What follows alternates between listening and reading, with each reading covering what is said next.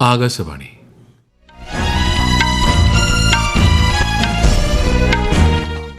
നമസ്കാരം.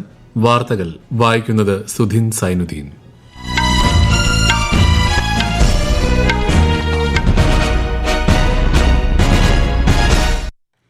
പ്രധാന വാർത്തകൾ. ഭീകരവാദത്തിനെതിരെയുള്ള ഇരട്ടത്താപ്പ് നയം അംഗീകരിക്കാനാവില്ലെന്ന് പ്രധാനമന്ത്രി നരേന്ദ്രമോദി. പഹൽഗാം ഭീകരാക്രമണത്തെ അപലപിച്ച് ടിയാൻജിൻ പ്രഖ്യാപനം. രാഷ്ട്രപതി ദ്രൌപദി മുർമുവിന്റെ 3 ദിവസത്തെ കർണാടക തമിഴ്നാട് സന്ദർശനത്തിന് ഇന്ന് തുടക്കം. പ്രളയക്കെടുതി നേരിടുന്ന ജമ്മുവിലെ ദുരിതാശ്വാസ പ്രവർത്തനങ്ങൾ കേന്ദ്ര ആഭ്യന്തരമന്ത്രി അമിത്ഷാ ഇന്ന് വിലയിരുത്തും.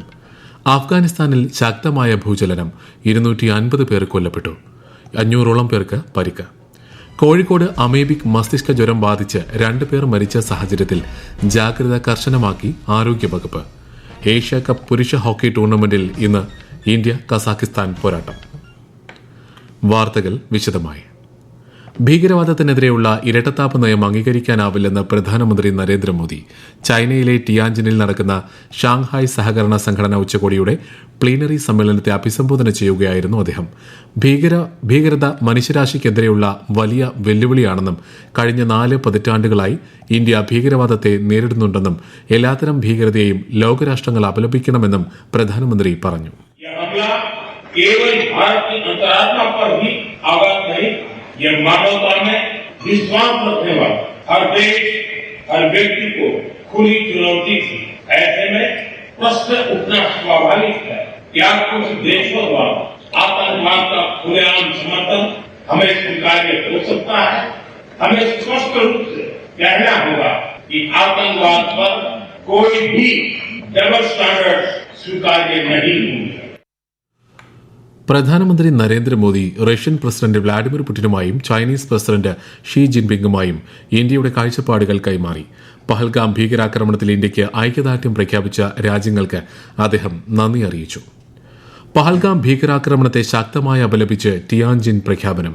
ഭീകരവാദത്തെ ചെറുക്കുന്നതിന് പ്രതിബദ്ധരാണെന്നും ഭീകരവിരുദ്ധ ശ്രമങ്ങളിൽ ഇരട്ടത്താപ്പ് അംഗീകരിക്കാനാവില്ലെന്നും ഷാങ്ഹായ് സഹകരണ സംഘടന ഉച്ചകോടിക്ക് ശേഷം പുറത്തിറക്കിയ പ്രഖ്യാപനത്തിൽ അംഗരാജ്യങ്ങൾ വ്യക്തമാക്കി.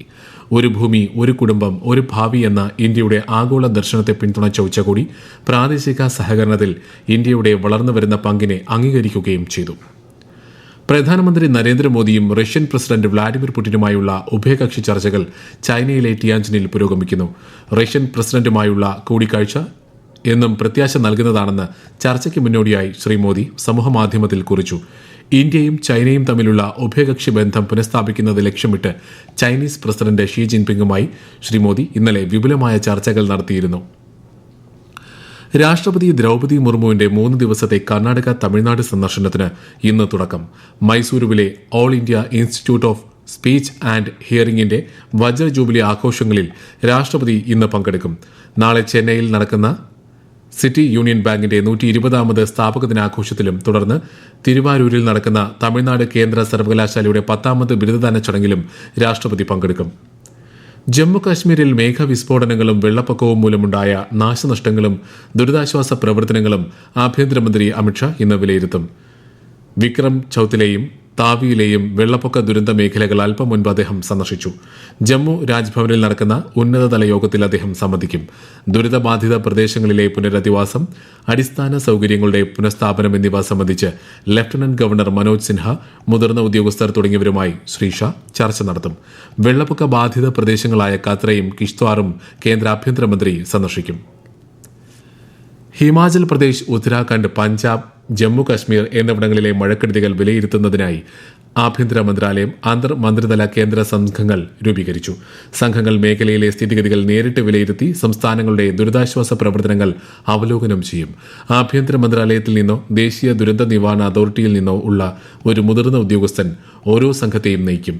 ദുരന്തബാധിത പ്രദേശങ്ങൾക്ക് ആവശ്യമായ എല്ലാ സഹായങ്ങളും നൽകുന്നുണ്ടെന്ന് ആഭ്യന്തര മന്ത്രാലയം അറിയിച്ചു. അഫ്ഗാനിസ്ഥാനിൽ ശക്തമായ ഭൂചലനത്തിൽ 250 പേർ കൊല്ലപ്പെട്ടു, 500ഓളം പേർക്ക് പരിക്കേറ്റു. ഇന്നലെ രാത്രിയാണ് അഫ്ഗാനിസ്ഥാനിലെ ദക്ഷിണ കിഴക്കൻ മേഖലയിൽ റിക്ടർ സ്കെയിലിൽ 6 രേഖപ്പെടുത്തിയ ഭൂചലനം ഉണ്ടായത്. ജലാലാബാദിൽ നിന്നും 27 കിലോമീറ്റർ വടക്ക് കിഴക്കൻ മേഖലയിലാണ് ഭൂകമ്പത്തിന്റെ പ്രഭവ കേന്ദ്രം. നൂർഗുൽ, സൌക്കി, വാഡ്പൂർ, മനോഹി, ചപ്പാട്ട് ജില്ലകളിലാണ് ഭൂചലനം കനത്ത പ്രഹരമേൽപ്പിച്ചത്. പാകിസ്ഥാനിലും ഡൽഹി ദേശീയ തലസ്ഥാന മേഖല ഉൾപ്പെടെ വടക്കൻ ഇന്ത്യയുടെ വിവിധ ഭാഗങ്ങളിലും പ്രകമ്പനം അനുഭവപ്പെട്ടു. ഭൂചലനത്തിൽ വിദേശകാര്യമന്ത്രി എസ് ജയശങ്കർ ആശങ്ക രേഖപ്പെടുത്തി. അഫ്ഗാൻ ജനതയ്ക്ക് വേണ്ട പിന്തുണ ഉറപ്പാക്കുമെന്ന് അദ്ദേഹം പറഞ്ഞു. അമീബിക് മസ്തിഷ്ക ജ്വരം ബാധിച്ച് കോഴിക്കോട് ചികിത്സയിലായിരുന്ന 2 പേർ മരിച്ച സാഹചര്യത്തിൽ ജാഗ്രത കർശനമാക്കി ആരോഗ്യവകുപ്പ്. അമീബിക് മസ്തിഷ്ക ജ്വരം സംബന്ധിച്ച് കൃത്യമായ മാർഗനിർദ്ദേശങ്ങൾ പുറത്തിറക്കിയിട്ടുള്ളതായി ആരോഗ്യമന്ത്രി വീണ ജോർജ് പറഞ്ഞു. PCR പരിശോധനയ്ക്കുള്ള സൌകര്യങ്ങളും ഇന്ന് സംസ്ഥാനത്തുണ്ടെന്ന് കോഴിക്കോട് നടന്ന ഒരു ഹെൽത്ത് കോൺക്ലേവിൽ മന്ത്രി വ്യക്തമാക്കി. ഈ വാർത്തകൾ ആകാശവാണിയിൽ നിന്ന്. ആകാശവാണി വാർത്തകളും വാർത്താ അധിഷ്ഠിത പരിപാടികളും all India radio news Thiruvananthapuram YouTube ചാനലിലും at all India radio news Thiruvananthapuram Facebook പേജിലും AIR ന്യൂസ് _ ഇൻസ്റ്റഗ്രാം അക്കൌണ്ടിലും at AIR news _ TVM X ഹാൻഡിലും ലഭ്യമാണ്. നടപ്പ് സാമ്പത്തിക വർഷത്തിലെ ആദ്യ പാദത്തിലുണ്ടായ 7.8% GDP വളർച്ചാ നിരക്ക് ഇന്ത്യൻ സമ്പദ് വ്യവസ്ഥ മികച്ച നിലയിലാണ് എന്നതിന് തെളിവാണെന്ന് കേന്ദ്രമന്ത്രി കിരൺ റിജിജു. ന്യൂഡൽഹിയിൽ ഭഗവാൻ ബിർസ മുണ്ട പ്രതിമ അനാച്ഛാദനം ചെയ്ത ശേഷം മാധ്യമപ്രവർത്തകരോട് സംസാരിക്കുകയായിരുന്നു അദ്ദേഹം.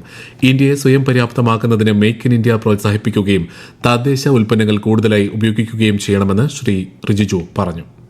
भारत में बनी हुई चीजें को इस्तेमाल करना चाहिए, मेक इन इंडिया को बढ़ावा देना चाहिए और भारत को आत्मनिर्भर बनाना है. ये तो प्रधानमंत्री जी पिछले 11 सालों से बार बार लोगों को अपील कर रहे हैं और हम लोग भी हर जगह यही बोल रहे हैं. ഹിമാചൽ പ്രദേശ്, ഉത്തരാഖണ്ഡ് എന്നിവിടങ്ങളിൽ ഇന്നും ഒറ്റപ്പെട്ട അതിശക്തമായ മഴയ്ക്ക് സാധ്യതയെന്ന് കേന്ദ്ര കാലാവസ്ഥാ വകുപ്പ്. ഇരു സംസ്ഥാനങ്ങളിലും ഇന്ന് ചുവപ്പ് ജാഗ്രത പ്രഖ്യാപിച്ചിട്ടുണ്ട്. കിഴക്കൻ രാജസ്ഥാൻ, ഹരിയാന, ചണ്ഡിഗഡ്, ഡൽഹി, ജമ്മുകശ്മീർ, ലഡാക്ക്, ഗിൽഗിത്, ബാൾട്ടിസ്ഥാൻ, മുസാഫറാബാദ്, ഒഡീഷ, പഞ്ചാബ്, ഉത്തർപ്രദേശ് എന്നിവിടങ്ങളിൽ അടുത്ത 2 ദിവസം ശക്തമായ മഴയ്ക്ക് സാധ്യതയെന്നും മുന്നറിയിപ്പുണ്ട്. ജമ്മു കശ്മീരിൽ തുടർച്ചയായ മഴയും പ്രതികൂല കാലാവസ്ഥയും കണക്കിലെടുത്ത് ജമ്മു ഡിവിഷനിലുടനീളമുള്ള എല്ലാ സർക്കാർ സ്വകാര്യ സ്കൂളുകൾക്കും അവധി പ്രഖ്യാപിച്ചു. സ്ഥിതിഗതികൾ സസൂക്ഷ്മം നിരീക്ഷിച്ചു വരുന്നതായും കാലാവസ്ഥ വിലയിരുത്തിയ ശേഷം സ്കൂളുകൾ വീണ്ടും തുറക്കുന്നത് സംബന്ധിച്ച് തീരുമാനമെടുക്കുമെന്നും അധികൃതർ അറിയിച്ചു. ജമ്മു കശ്മീർ സ്കൂൾ വിദ്യാഭ്യാസ ബോർഡ് ഇന്ന് നടത്താനിരിക്കുന്ന 10-11 ക്ലാസ് പരീക്ഷകൾ മാറ്റിവച്ചിട്ടുണ്ട്. ഏഷ്യ കപ്പ് പുരുഷ ഹോക്കി ടൂർണമെന്റിൽ ഇന്ന് ഇന്ത്യ കസാഖിസ്ഥാനുമായി ഏറ്റുമുട്ടും. രാജ്ഗീർ ഇന്റർനാഷണൽ സ്പോർട്സ് സ്റ്റേഡിയത്തിൽ രാത്രി 7:30 മത്സരം. ഇന്നലെ നടന്ന മത്സരത്തിൽ ജപ്പാനെ 2-3 ഗോളുകൾക്ക് ഇന്ത്യ പരാജയപ്പെടുത്തിയിരുന്നു. US ഓപ്പൺ ടെന്നീസ് പുരുഷ സിംഗിൾസിൽ പ്രീ ക്വാർട്ടറിൽ നൊവാക് ജോക്കോവിച്ച് ക്വാർട്ടർ ഫൈനലിൽ കടന്നു. സ്പെയിനിന്റെ കാർലോസ് അൽക്കാരസും വനിതാ സിംഗിൾസിൽ ബെലറൂസ് താരം അരിന സബലങ്കയും ക്വാർട്ടറിൽ ഇടം പിടിച്ചു. പൂജ, ദീപാവലി, ചാത്ത് ഉത്സവ വേളകളിലെ തിരക്ക് കണക്കിലെടുത്ത് തിരുവനന്തപുരം നോർത്ത് റെയിൽവേ സ്റ്റേഷനിൽ നിന്ന് കൊൽക്കത്തയിലെ സാന്ദ്രഗച്ചി വരെ 2 പ്രത്യേക ട്രെയിനുകൾ ഏർപ്പെടുത്തി. സെപ്റ്റംബർ 5, 12, 19, 26, ഒക്ടോബർ 3, 10, 17 തീയതികളിൽ 4:20 തിരുവനന്തപുരത്ത് നിന്ന് സർവീസ് ആരംഭിക്കും. ദേശീയ പോഷകാഹാര വാരാചരണത്തിന് ഇന്ന് തുടക്കം. പോഷകാഹാരക്കുറവ് പരിഹരിക്കുന്നതും ആരോഗ്യകരമായ ജീവിതശൈലിയുടെയും പോഷകാഹാരത്തിന്റെയും പ്രാധാന്യത്തെക്കുറിച്ച് അവബോധം വളർത്തുന്നതും ലക്ഷ്യമിട്ടാണ് വാരാചരണം. എല്ലാ വർഷവും സെപ്റ്റംബർ 1 മുതൽ 7 വരെയാണ് വാരാചരണം. ശരിയായ പോഷകാഹാരം, ആരോഗ്യകരമായ ജീവിതം എന്നതാണ് ഈ വർഷത്തെ പ്രമേയം. രാജ്യത്ത് വാണിജ്യ ആവശ്യങ്ങൾക്കുള്ള പാചകവാതകത്തിന്റെ വില കുറച്ചു. സിലിണ്ടറിന് 51 രൂപ 50 പൈസയാണ് കുറച്ചത്. ഇതേ തുടർന്ന് ഡൽഹിയിൽ 19 കിലോഗ്രാം വാണിജ്യ LPG സിലിണ്ടർ ഇനി 1580 രൂപയ്ക്ക് ലഭ്യമാകും. ആഗോള ക്രൂഡ് ഓയിൽ വിലയും മറ്റ് വിപണി ഘടകങ്ങളും അടിസ്ഥാനമാക്കിയുള്ള പതിവ് പ്രതിമാസ പരിഷ്കരണങ്ങളുടെ ഭാഗമായാണ് വില ക്രമീകരണം. 15ാം കേരള നിയമസഭയുടെ 14ാം സമ്മേളനത്തിന് ഈ മാസം 15-ന് തുടക്കമാകും. ഒക്ടോബർ 10 വരെ 12 ദിവസം സഭ സമ്മേളിക്കും. ആദ്യ ദിനം അന്തരിച്ച മുൻ മുഖ്യമന്ത്രി VS അച്യുതാനന്ദൻ, വാഴൂർ സോമൻ MLA എന്നിവർക്ക് അനുശോചനമർപ്പിച്ച് സഭ പിരിയും. നടപ്പ് സാമ്പത്തിക വർഷത്തെ ബജറ്റിന്മേലുള്ള ഉപധനാഭ്യർത്ഥനകളെ സംബന്ധിച്ച ചർച്ചയും വോട്ടെടുപ്പും ധനവിനിയോഗ ബില്ലുമാണ് സമ്മേളനത്തിലെ പ്രധാന അജണ്ടകൾ. രാജ്യത്തെ ഓഹരി വിപണികളിൽ നേട്ടം. ബോംബെ ഓഹരി സൂചിക സെൻസസ് 85 പോയിന്റ് ഉയർന്ന് 24,513-ലും ദേശീയ ഓഹരി സൂചിക നിഫ്റ്റി 260 പോയിന്റ് നേട്ടത്തിൽ 80,060-ലും വ്യാപാരം തുടരുന്നു. പ്രധാന വാർത്തകൾ വീണ്ടും. ഭീകരവാദത്തിനെതിരെയുള്ള ഇരട്ടത്താപ്പ് നയം അംഗീകരിക്കാനാവില്ലെന്ന് പ്രധാനമന്ത്രി നരേന്ദ്രമോദി. പഹൽഗാം ഭീകരാക്രമണത്തെ അപലപിച്ച് ടിയാൻജിൻ പ്രഖ്യാപനം. രാഷ്ട്രപതി ദ്രൌപദി മുർമുവിന്റെ 3 ദിവസത്തെ കർണാടക, തമിഴ്നാട് സന്ദർശനത്തിന് ഇന്ന് തുടക്കം. പ്രളയക്കെടുതി നേരിടുന്ന ജമ്മുവിലെ ദുരിതാശ്വാസ പ്രവർത്തനങ്ങൾ കേന്ദ്ര ആഭ്യന്തരമന്ത്രി അമിത്ഷാ ഇന്ന് വിലയിരുത്തും. അഫ്ഗാനിസ്ഥാനിൽ ശക്തമായ ഭൂചലനം, 250 പേർ കൊല്ലപ്പെട്ടു, 500ഓളം പേർക്ക് പരിക്ക്. കോഴിക്കോട് അമീബിക് മസ്തിഷ്ക ജ്വരം ബാധിച്ച് 2 പേർ മരിച്ച സാഹചര്യത്തിൽ ജാഗ്രത കർശനമാക്കിയ ആരോഗ്യവകുപ്പ്. ഏഷ്യ കപ്പ് പുരുഷ ഹോക്കി ടൂർണമെന്റിൽ ഇന്ന് ഇന്ത്യ കസാഖിസ്ഥാൻ പോരാട്ടം. വാർത്തകൾ കഴിഞ്ഞു. അടുത്ത വാർത്താ പ്രക്ഷേപണം വൈകുന്നേരം 6:30.